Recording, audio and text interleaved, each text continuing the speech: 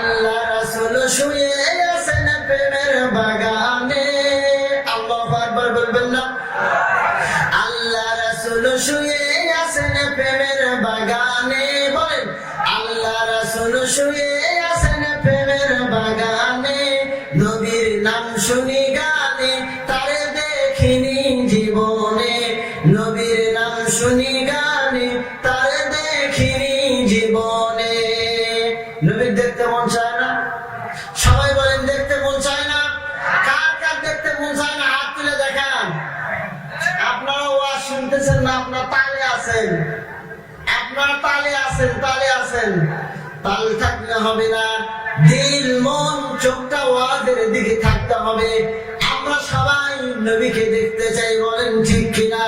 তাহলে সবাই বলেন, আল্লাহ রাসূল শুয়ে আছেন প্রেমের বাগানে। নবীর নাম শুনি গানে, তারে দেখিনি জীবনে। নবীর নাম শুনি গানে, তারে দেখিনি জীবনে। ঠিক কিনা বলেন তারা?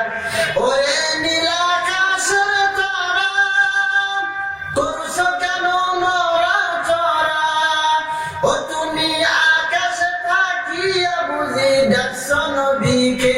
নবীর নাম শুনি গানে, তারে দেখিনি জীবনে।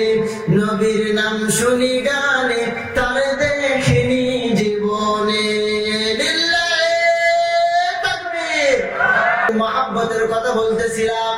যার জিন্দগির মধ্যে নবীর মহাব্বত থাকবে না, যার জিন্দগির মধ্যে নবীর ভালোবাসা থাকবে না, ওই ব্যক্তি জীবনে জান্নাতে যেতে পারবে না। কথা বলেন ঠিক কিনা? জান্নাতে যদি যেতে চাও, নবীর জীবন বিধানকে মেনে নাও। জান্নাতে যদি যেতে চাও, আল কোরআনকে মেনে নাও। মানুষের আইন দিয়ে মুক্তি পাওয়া যাবে না, নিজের মতবাদ দিয়ে মুক্তি পাওয়া যাবে না। কোরআনের আইন মেনে নিতে হবে, রাসূলের আদর্শকে মেনে নিতে হবে, রাসূলের সুন্নাতকে মেনে নিতে হবে। তবেই একজন মানুষ ইহকাল আর পরকালে মুক্তি পাবে।